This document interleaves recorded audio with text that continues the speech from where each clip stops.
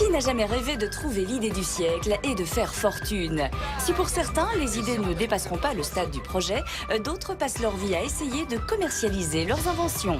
Si un jour une de mes inventions me permettait, disons, d'être un peu plus à l'aise dans le futur, je crois que je serais content.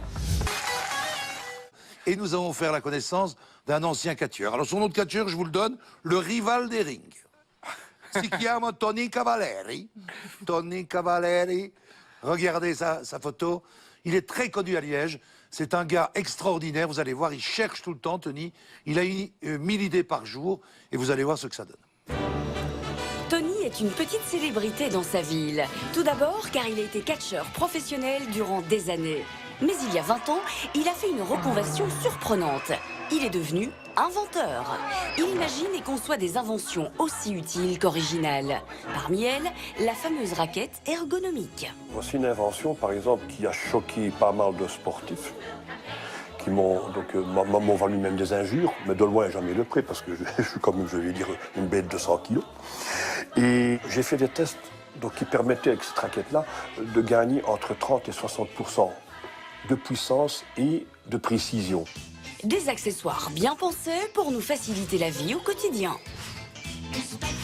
Ça te permet, je vais dire, d'une part, d'avoir une prise ergonomique, mais pouvoir aussi orienter le tamis par rapport à sa prise en main. Accessoires de sport, tire-bouchons originaux, livres pour enfants en braille, Tony est un créatif et véritable touche-à-tout. Mais une invention en particulier lui tient à cœur, le passage pour piétons intelligent. Ici, le Cavapass, c'est un passage piéton lumineux qui s'éclaire dès qu'on en a besoin. Donc, il est dynamique, il ne fonctionne que lorsqu'il doit être actif.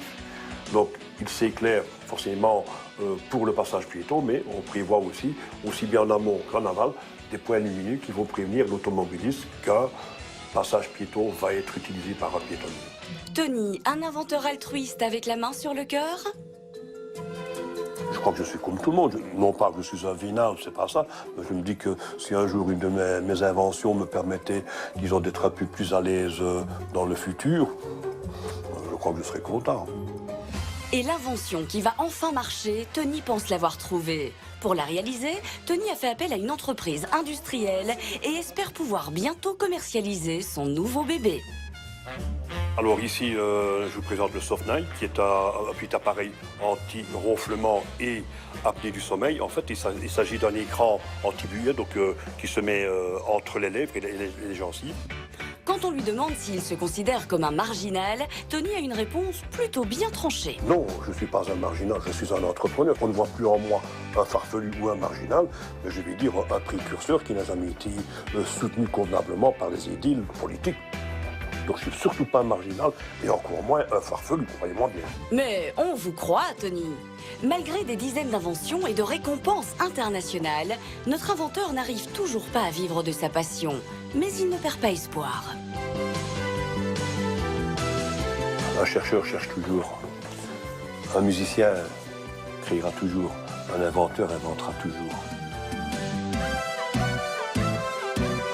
Le plaisir, il est peut-être aussi dans l'invention et dans ce moment de recherche finalement. C'est un personnage extraordinaire. Reconnaissez que il suscite beaucoup d'intérêt parce qu'on voit qu'il a eu beaucoup d'idées. Alors certains vont sourire sur l'une ou l'autre idée, bien sûr, mais c'est vrai qu'il part dans beaucoup de domaines différents. Le livre pour enfants en braille, par exemple, pourquoi pas ce passage clouté lumineux? Je vois pas pourquoi on n'y penserait pas, on n'approfondirait pas. C'est pas évident en Belgique, il faut bien le savoir. C'est pas évident nulle part d'ailleurs, parce qu'une fois qu'on rentre dans le monde de l'invention, il y a le problème du brevet. Le brevet qu'on va devoir faire traduire dans différentes langues. On conseille d'ailleurs de se faire encadrer parce qu'il y a des dispositions juridiques à prendre. Vous allez déposer le brevet pour la Belgique, puis vous allez devoir le déposer pour d'autres pays. Une fois que vous passez aux États-Unis, on va vite parler en centaines de milliers d'euros. 100 000 euros, ça va vite. Après, il faut faire des prototypes, on l'a vu.